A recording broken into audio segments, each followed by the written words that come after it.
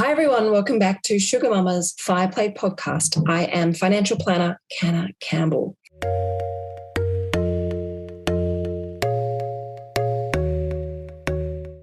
Today, we're going to be talking about debt, in particular, people who are drowning in debt and are looking for a solution so that they can rebuild their life again.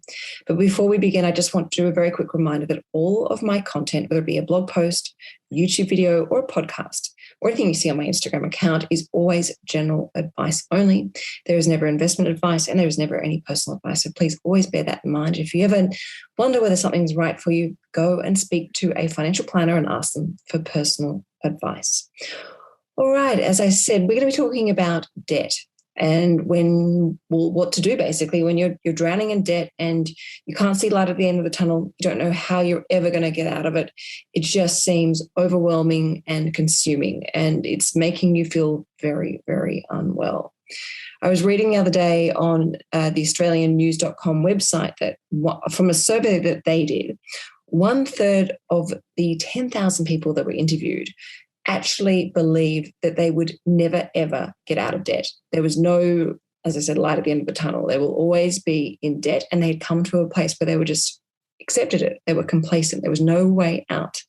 Now, that's what 3,300 people just have basically given up. And I am here to tell you that is not good enough. I am here to help you, to give you ideas, to give you solutions, and to give you inspiration to make a shift in your life, make a change and make a breakthrough.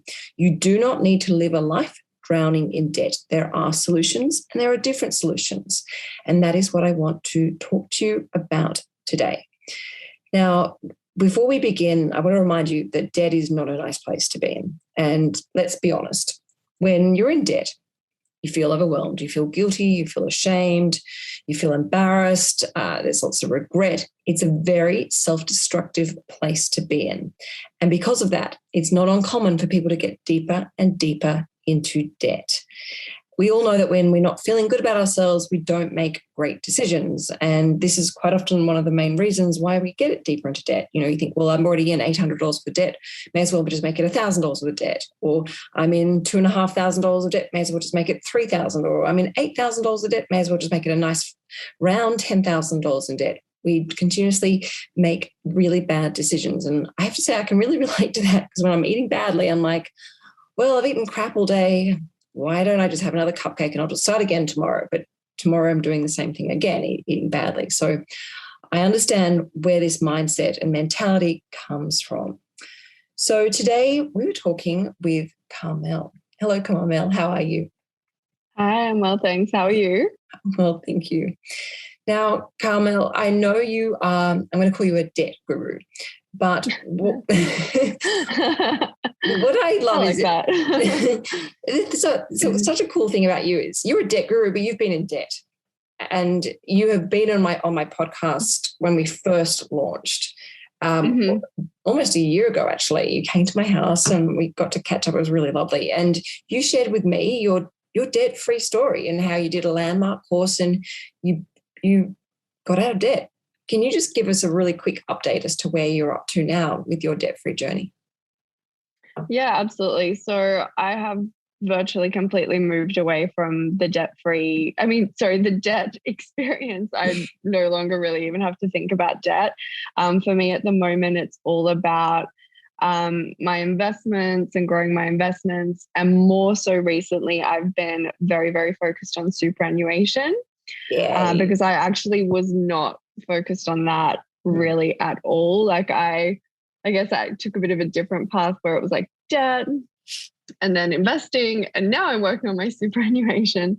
So this year I've just been putting 12.5% of my income into superannuation. So I've gone above and beyond what would be typically recommended. And then I'm also still working on my investment portfolio, and a big focus since last time we spoke was on reducing my HEX debt. So that's getting to a much more manageable place.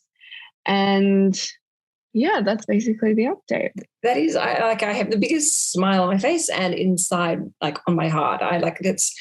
It's so good. And the thing is, when you do get rid of debt, you finally pay it off, it opens up the space for so many bigger and better like goals, both financial and lifestyle, to go and work on. Like, you've cleared the toxic space to allow so much greatness, so much opportunity, so much like I guess excitement and really big, powerful goals that are going to make massive impacts in your life. Like knowing that you've got enough money in superannuation, knowing that you've got a passive income stream from your investment portfolio that you're growing on. Like, it's just, and that comfort. How does it feel, knowing you're debt free now and you are working on these liberating, empowering, and exciting goals?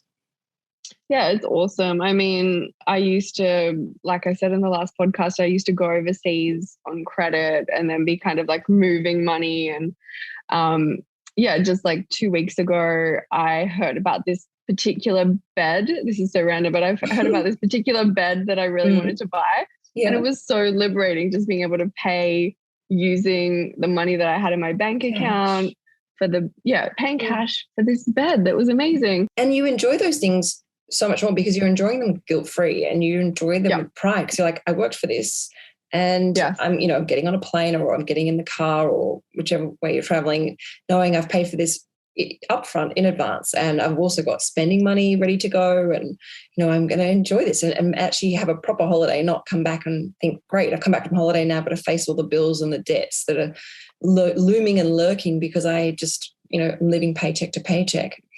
Yes, exactly. Right. It's awesome. Now, today's podcast obviously is not a sponsored podcast in any way whatsoever, but the reason why I've asked you to come back onto my podcast is because I want to pick your brain around debt reduction. I want to pick your brain specifically around bankruptcy, Part 9 agreements, and what to do when you just cannot see ever being able to pay debt off. You just think, no, I'm going to be paying debt off until I'm literally in a grave.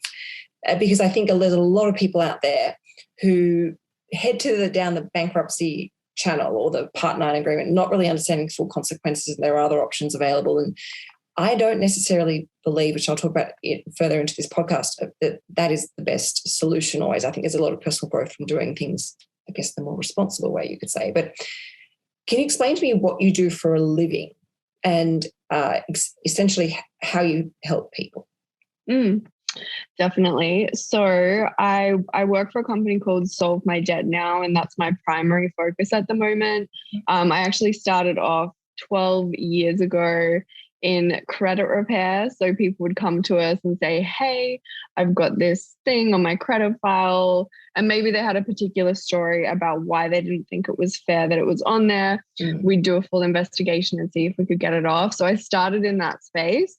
And around 3 years ago, basically getting completely fed up with people coming to us who had Part 9 debt agreements on their credit file that we knew are literally impossible to get removed from a credit file. They stay on for 5 years. We thought to ourselves, well, hang on, like we have the skills to protect people from actually having to go down this path. We already specialized in debt negotiation. And we just thought to ourselves, well, what if we actually set up a service where people come to us, they have this amount of debt that they're wanting to get sorted. They have a particular amount of money per week or per fortnight that they can put towards this debt.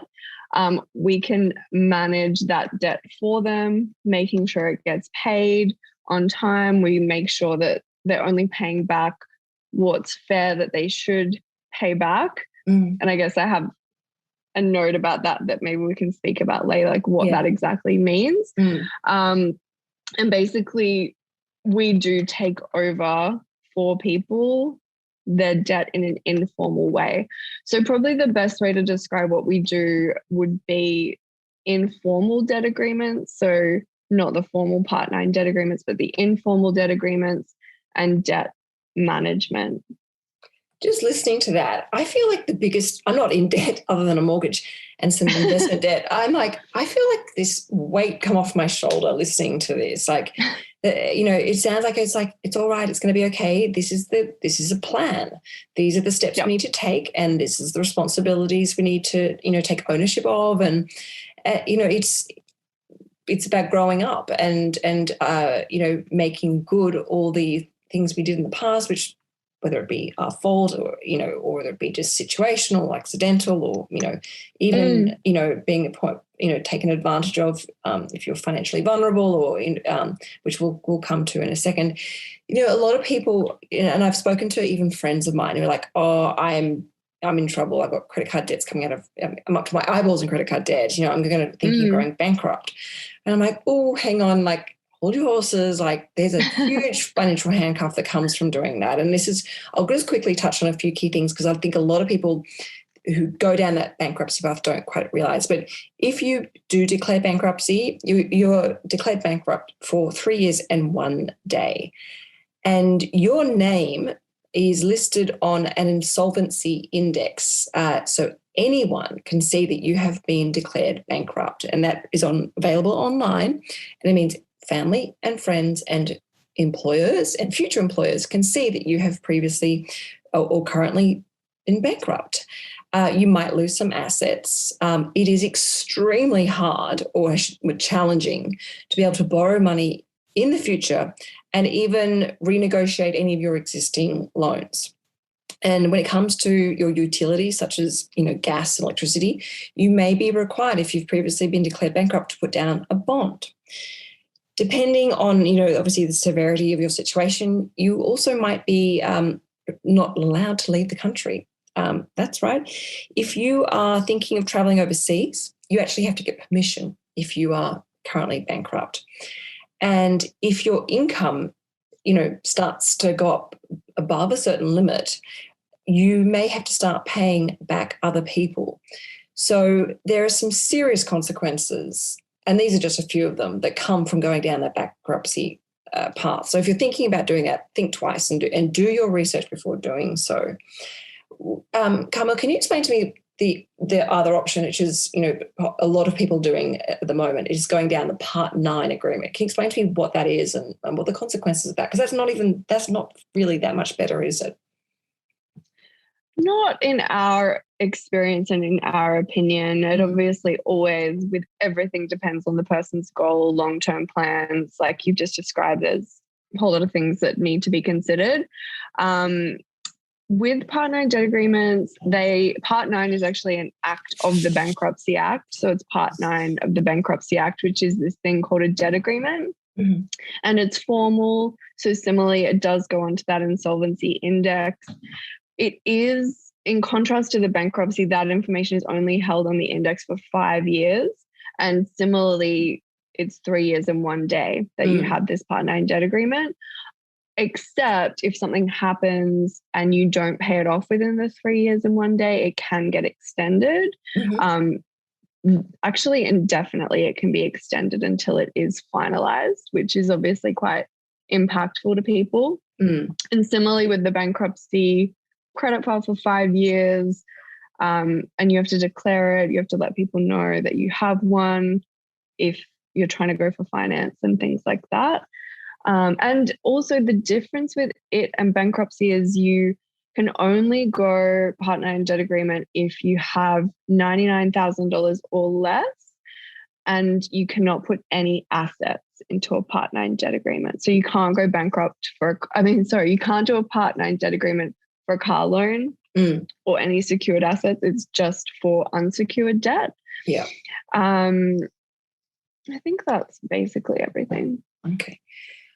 All right. If I called you up and said, Carmel, like, help me out. I finished school and I went and got a credit card and I didn't really understand how to use it. And I've got like $5,000 in credit card. And I was panicking and I saw one of those like 12 months interest-free credit cards. So I decided to roll that $5,000 credit debt into the new credit card. And I thought I would take like 12 months to pay it back because it didn't seem so bad. But then I didn't actually do that. And now I have $5,000 owing on the second credit card. Now both cards I'm being charged interest. And also along the way, I really wanted to go on holiday because my friends were going to Europe, and I took out a personal loan for $12,000. And I also took another credit card out for spending money. And I also owe my family some money. Like basically, I'm in, say, $28,000 worth of debt. Most of it is credit card and personal loans. Like I can't live on my salary as it is, let alone put a payment plan in place. Like the interest on this is really, worrying me because basically I'm paying like $2 a month off this debt. I'm never going to be able to get my head above water again. And like I'm panicking. I don't know what to do. This is really impacting my mental health and I'm frightened and scared. I'm thinking of just throwing the towel in and going bankrupt. Like help me out. What would you recommend as a starting point? Like what would we do here? Yeah, awesome. And I mean, the first thing that I would say is that you are not alone. Okay, and that's one of the most important that's one of the most important things to remember is, I mean, we work with hundreds of clients. Like I think we have around 500 clients at the moment. So you're at least in a similar camp to those people.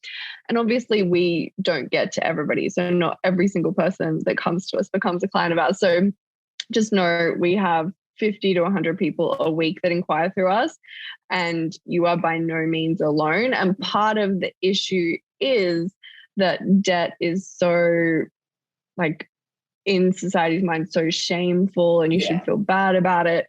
So a lot of people hide it, and your best friend could be in the exact same position and you simply don't know it because you're just too embarrassed to talk about it. So that's the first thing I really want to make sure you're aware of. Yeah.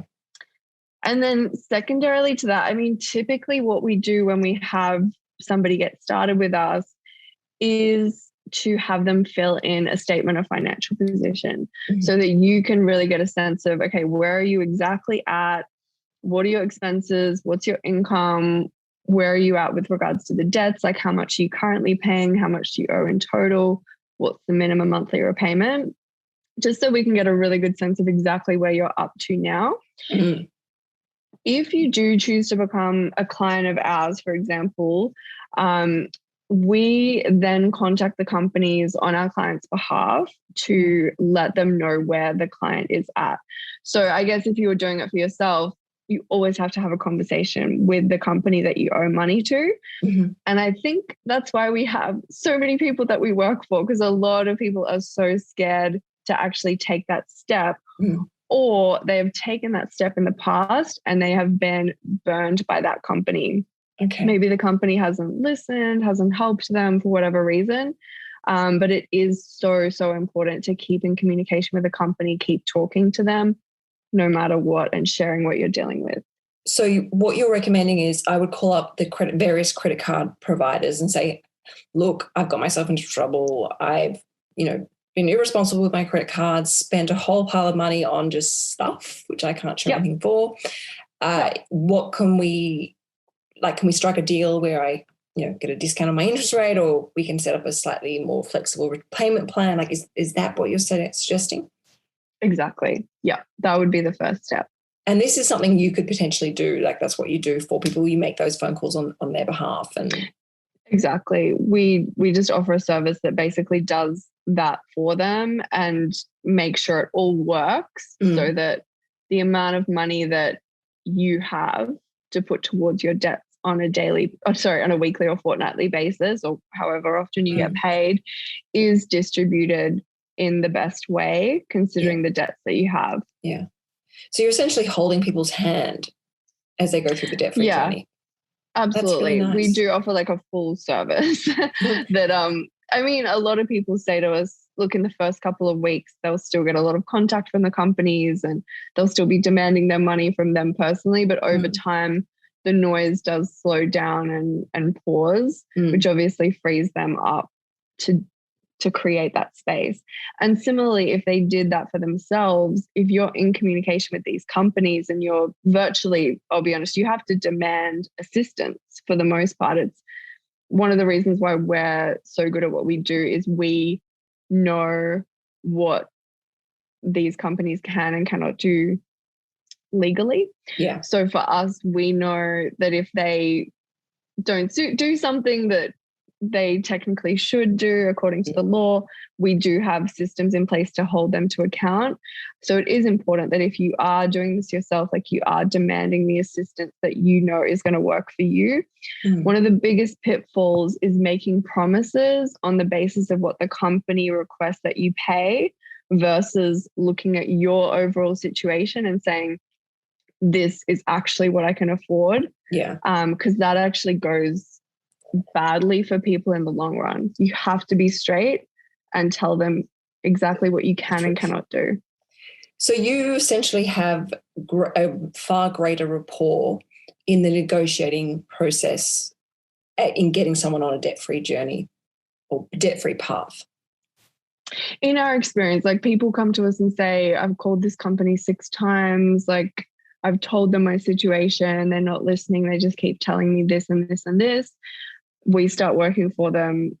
The company is like, okay, we'll work with you. So it's frustrating. And I do say this to clients all the time. I say, look, I really wish that individuals had the skills themselves to do this and to not step over anything from the company, because that's one of the things people hire us for is we won't step over anything. And that's what's important. If a company says something or they do something that is not in alignment with what you kind of know works and doesn't work, that's where they get more ground and more power over you. So you actually have the facts and the laws, and you can see that's misleading or that's unacceptable. This, you have to bend and work with this person and work with us. Yeah. Yeah. And the other side of what we specialize in is looking at the actual lend itself or the credit card, like the provision of the credit card. So we do a full check of that. I'm not saying that we see irresponsible lending with every single credit card or every single loan that we work with. But we do work with a lot of people who go to the short-term cash lenders and the payday lenders and places like that for money, usually out of pure desperation, wanting to feed their families. Yeah.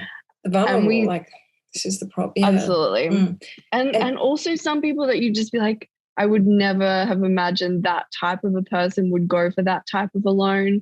Yeah. But in a moment of weakness or necessity, they've got to do what they've got to do. So we do a full check of the actual debt going back to the loan application and the documentation that was provided at the time, just to see if there is any further wriggle room with regards to the debt and saving people money on the overall debt. And I think wriggle room is really important because, the power of it, like a little bit of breathing space, allows people to catch up again and get back on top and actually see that it's coming down. And as I always say, progress fuels success.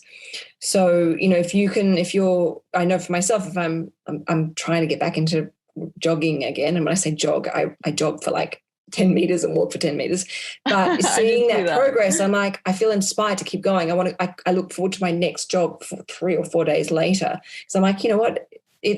I'm actually feeling fitter. I'm feeling stronger. I'm able to run that little bit longer. And I think it's very much the same when you're on a debt-free journey and you are notoriously checking and reviewing your debt reduction strategy, and you can see, all right, I've been able to put an extra $10 on this debt, or I've crossed that one off my list. I'm now going on to the next person that I owe or company that I owe money to. I think it inspires you and motivates you to keep going. Would you agree with that? Oh, definitely. I mean, some people, they'll come to us with a certain amount of debt, and our typical way of working with people is over a period of 1 to 2 to 3 to 5 years, usually depending on where they're up to personally, financially for themselves. And we do find that usually after 18 months, 18 months out of 3 years, for example, a client's in a completely different financial position. They're saying, we've just got our tax return, we've got X amount of money, we just want to pay everything out now. Or some people will say, look, you've created so much space for me, I now have an extra $100 a week that I can put towards repaying my debt so that it's cleared faster. It must be so rewarding. Oh, it's phenomenally rewarding. Yeah. I'm usually so busy and so stressed, and I want to help everyone, and there's always so much to do. And it's incredibly rewarding. So all of that kind of pales into insignificance compared to that fulfillment. And I will say a lot of people, and I find it so interesting that you mentioned that people you would never suspect have actually got themselves into these financially precarious situations. And it's this, it's the smart people. I even see wealthy people. I will never forget, I met with someone who, look, they were a Qantas pilot, so they were earning big money, but they had over $360,000 in credit card debt. You would never expect that from, to be a pilot. And this was a very senior Qantas pilot. Like, they were really incredibly smart people, huge amounts of focus and, worldly. And, I was quite shocked, and not to be judgmental, but it's a lack of financial education that gets people into this position in the first place. Not knowing what to look for, not knowing how to use a credit card responsibly, not knowing how to use a buy now, pay later service responsibly, or even in a savvy way. Like, I'm not anti-credit cards. I'm not anti-buy now, pay later. I'm all about using these tools that you don't have to use, but you can use them if they work for you, but use them in the right way and use them to your financial advantage. And, I can create a podcast on how to use credit cards and buy now, pay later in a financially responsible way if people want, and let me know if you want to hear this. But it really boils down to lack of financial education. And this is the problem with us, the system, not just in Australia, but around the world. We do maths and we do business studies and economics, and all these wonderful courses in a curriculum. There's nothing there teaching people this is how you write a budget. This is how you stick to a budget. This is how you set up savings plans. This is how you invest. This is how you build financial freedom. And this is why I'm so passionate about it, because it's the missing link. It's, maybe if we had some sort of financial literacy program in our schools, or at the very least in our universities, would the Royal Commission have had to have happened? Like, would you have, would you be doing what you do for a living? Because people would know, I steer clear of the, payday loan sharks. I have only one credit card. I know how to use it correctly, and I use it to fly free or do upgrades. I just think that's, the world potentially could be in a better place. Would we have missed the GFC if people had known about, how to borrow money responsibly, how to use that borrowed money for wise investments, not for just stuff. Now, what if I threw into this little dynamic, as I've come to say, I've, come to see with all these credit card debts. What if I threw in there, and I bought a car because I got a new job, and I was sick of borrowing mum and dad's, and I got a car. It was a really cute car at the time, and I'm also got, say, $25,000 owing on that. What would your advice be just for the car loan as specifically? Yeah, with car loans, it's obviously quite different because they are secured, and technically if you don't pay it or if you can't pay it, then you have to hand the car back or sell the car and use the money to pay off the loan. We have people coming to us with a range of different types of secured car loans. Some are like 5 to 6 years old. Some are like a couple of years old. Some people, they just got it maybe a year ago. And I'll be honest, the way we deal with it is different depending on the time zone. The timeline. Because obviously, like, the laws around how car loan providers dealt with car loans 5 to 6 years ago is incredibly different to how they deal with them now. Really? There was a lot of interest rate manipulation at the time, which is now come out as a thing. There's class actions. There's a whole lot of stuff that's happening in that sphere. So car loans from back then, we actually usually see that more often than not, those were actually irresponsibly lent, or there was some kind of manipulation in the loan that means that somebody literally just has to pay back the principal of the loan. All of the interest, all of the fees associated with that loan would be waived from that particular line of finance. So if somebody comes to us with like a 5 to 6 year old, we're like, keep the car, let's do some work on having a look at this loan, seeing if it was responsible or not. And look, of course, individual people can do that themselves. They can request that a an irresponsible lending investigation is carried out on their particular loan, if they have any concerns about that. We just handle that for people. If it's like 2 to 3 years old or even a year old, the advice is pretty standard. If you can see that your position is going to alter in the next 6 months, you may be able to keep that car. But if you see that your situation is not getting any better, you might have dropped your income by like 50%, your particular type of work is like not really needed that much anymore. I don't know. There's like a whole lot of reasons why your situation would not get any better. Usually the best option is to return the car or sell the car and pay out the loan. If you did think that it was like a 6 to 12 month temporary issue with your income, you can speak to the company, and what they would typically do is either put you on reduced repayments for a period of 6 months and then recapitalize any arrears that were accumulated during that time of the hardship into the loan and extend the loan a couple of extra years or months or whatever it is. So those are usually the two things that happen. If you just really want to keep it and you can see that your circumstances will change, I guess a couple of the pitfalls is obviously if it gets recapitalized, the loan gets extended, and therefore overall you pay more interest. Yeah, so you're just pushing the problem to the future. What if I'm like, no, I'm in big trouble, like I need to hand back this car. Like, is that an option? Can I call them up and say, explain to them and talk to them like I would with the credit card providers? Definitely. Would I sell it to the secondhand economy? What are your opinions of that? If you sell it to the secondhand economy, you would need to do it with their permission. So you would need to be in consultation with them and let them know, look, you're planning to sell it, and get their agreement for that. Otherwise, talking to them about handing it back. And then what happens is they would sell it on your behalf, and there may be a residual debt left to repay. And look, we do have people come to us who have had car loans and then have this residual debt. And it's really a matter of trying to negotiate that for the most part, trying to get that amount reduced onto a payment plan, working with the company to sort that out, checking if there was irresponsible lending and therefore that amount can be waived. There's a whole lot of options. It's definitely like nothing is lost, but that is a possibility that you would have that residual debt.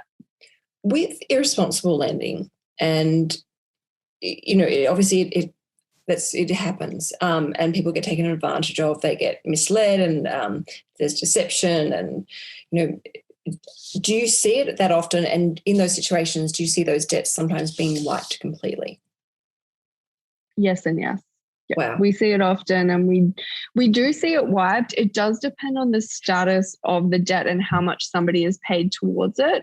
The typical approach of the different organizations that administer and kind of, I guess, govern and set the code of conduct for these kinds of organizations is that they would be repaid the principal, but the person would not be responsible for the repayment of any interest, establishment fees, or any fees like monthly fees that are accumulated on the debt.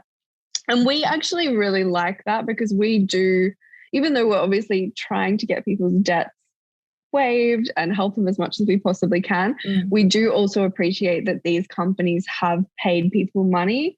And for the most part, people actually feel really good about paying back what they've borrowed. Absolutely. I think it gives them a real sense of empowerment, and that they're not just running away and like, thank you so much for that money, but now I'm not going to pay it.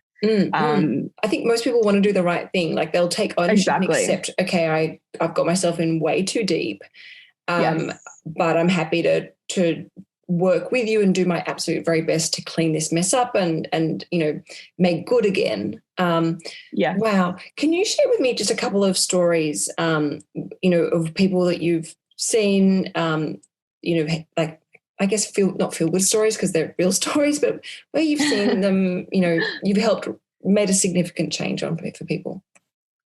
Yeah, absolutely. I have like so many stories. It's like, how do you pick one? I mean, I'll be honest, some weeks we literally save a total of $50,000 for people over around 40 different people, so there are countless stories.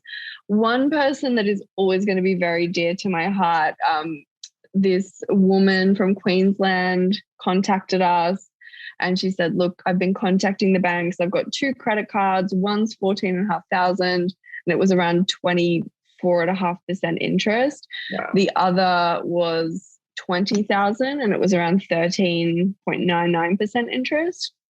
And she said, I've called them. I've told them everything. I'm a pensioner. I don't earn any money. Can you guys help? Like, I'm just so desperate for help. Yeah. At the time, she was paying $800 a month out of her aged pension, which is, I think, like that would be almost half of her pension going towards the repayment of these credit cards. Impossible to survive. Like, absolutely impossible. And also even just the basic necessities like food and she couldn't. She would spend $40 a week on food, and that is not enough to keep you healthy. But she had this belief that if she didn't pay it, her neighbors would find out, her family would be called, all this stuff, which is complete fallacy. So do not believe any of those fear scaremongering tactics that any of the companies say. So we actually ended up waiving all of her debt. So she got completely debt-free within a month of working with us, which was phenomenal. And now she's in a position where she's saving to go to Melbourne, go to see her family again. She hadn't been able to do that in years and years and years. And this is a person that literally would have died with this debt. Like if you look at the credit card calculators, it would have taken her 35 to 40 years to pay it off. And she was 72. So she's dying with that debt, having paid $800 a month towards it. That's like paying it 3 to 4 times in her lifetime. So that was awesome. Yeah, that is that like was amazing. Like, oh God, like saving financial lives. Yeah, completely. And then other people, I guess, because we see a range of things, like one person's amazing story like that. So there was another lady, she had worked in the mines. And I don't know how much you know about working in the mines. I'm learning more and more literally from my clients because they tell me what it's like. It's brutal. It's relentless. It's hardcore, fly in, fly out. You're away from your family and friends. It's, they often work like 10 days straight, no break, huge amounts of stress and pressure. I've actually been to Mount Isa and I've been to one of the mines. I think I went like 1 mile deep into the earth. And it's very hot down there. It's scary. It's dark. It's dirty. Like it's not, and they're in there all day. Like it's great money, but it's not sustainable. Yeah. And it's one thing to consider, right? Like you can be earning really phenomenal money and oftentimes that means your lifestyle naturally increases because you've got more money. Bracket creep. Yep. Yes. The banks are dying to give you money. Like literally they would fall over themselves for the most part to give somebody that works in the mines money. And like you say, it's 10 days on, 4 days off sometimes, 2 weeks on, 1 week off, all the things, which is for some people, it will be very impactful to their mental health. And that was the situation with this particular person. So she got herself into around, I think it was $85,000 worth of debt, 3 different debts from 2 different companies. And, most of them are going to be like 7-year debts, right? Because they're personal loans, they're going to be 7 years.